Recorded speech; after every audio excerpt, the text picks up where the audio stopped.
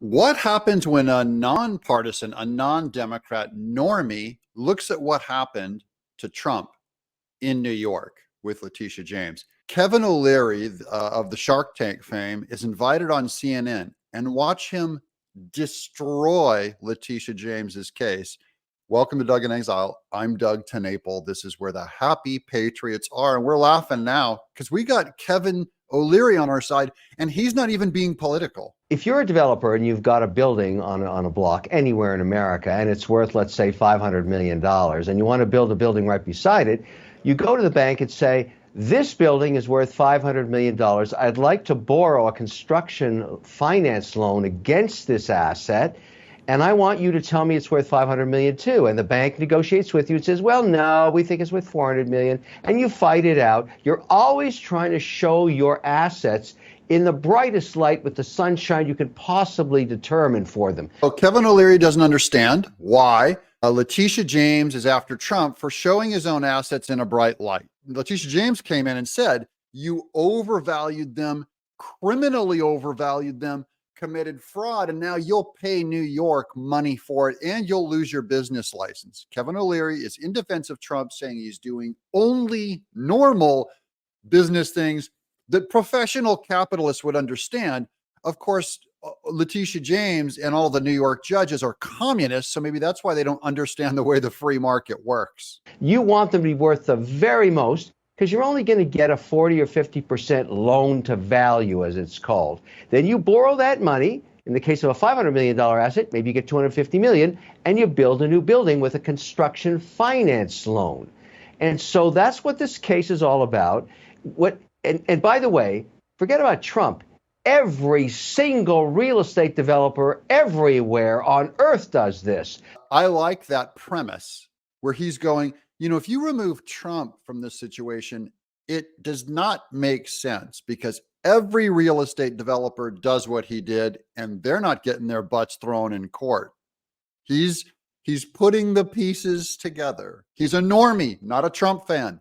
And logic forces your mind to put the pieces together. They always talk about their asset being worth a lot, and the bank says no. And that's just the way it is.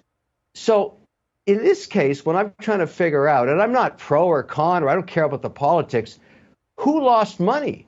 Nobody. The bank got paid back the construction finance loan, and a new building was built. Normally, if there's a crime or someone being fined, it's because someone lost money. Someone in that business arrangement got burned, but there's no victim in this one and no jury.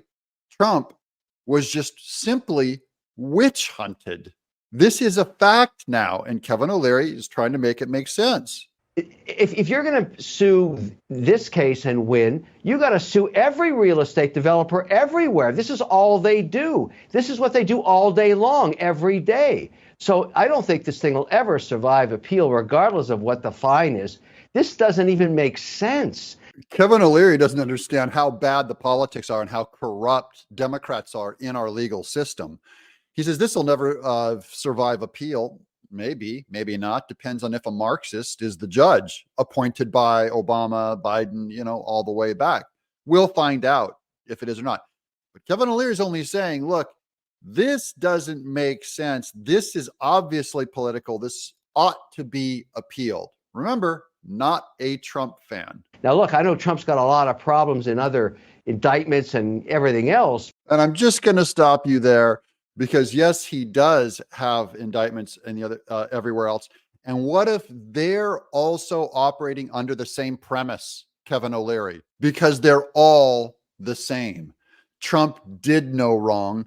Democrats invented a crime that a normal person would not see as a crime. They invented it. It defies all of their normal practices, their normal timetable, their normal schedule, the normal amount of cases they would bring in as examples. It defies all of that. It starts to act completely different because that's what corrupt apparatchiks do when they take over a legal system. See, you won't recognize this legal system anymore. It's not about just, this is when politics entered into business, and Kevin O'Leary is going like, what happened? But this if you're a real estate developer, you're watching this, you're saying, what is this? This is ridiculous. Oh, these poor naive people. Kevin, how can you be in New York and be so tough and in business and be so naive? You're naive as a church mouse. He's looking around going, "Hey, I thought this was fair. I thought Democrats were fair. I thought a judge was going to be impartial.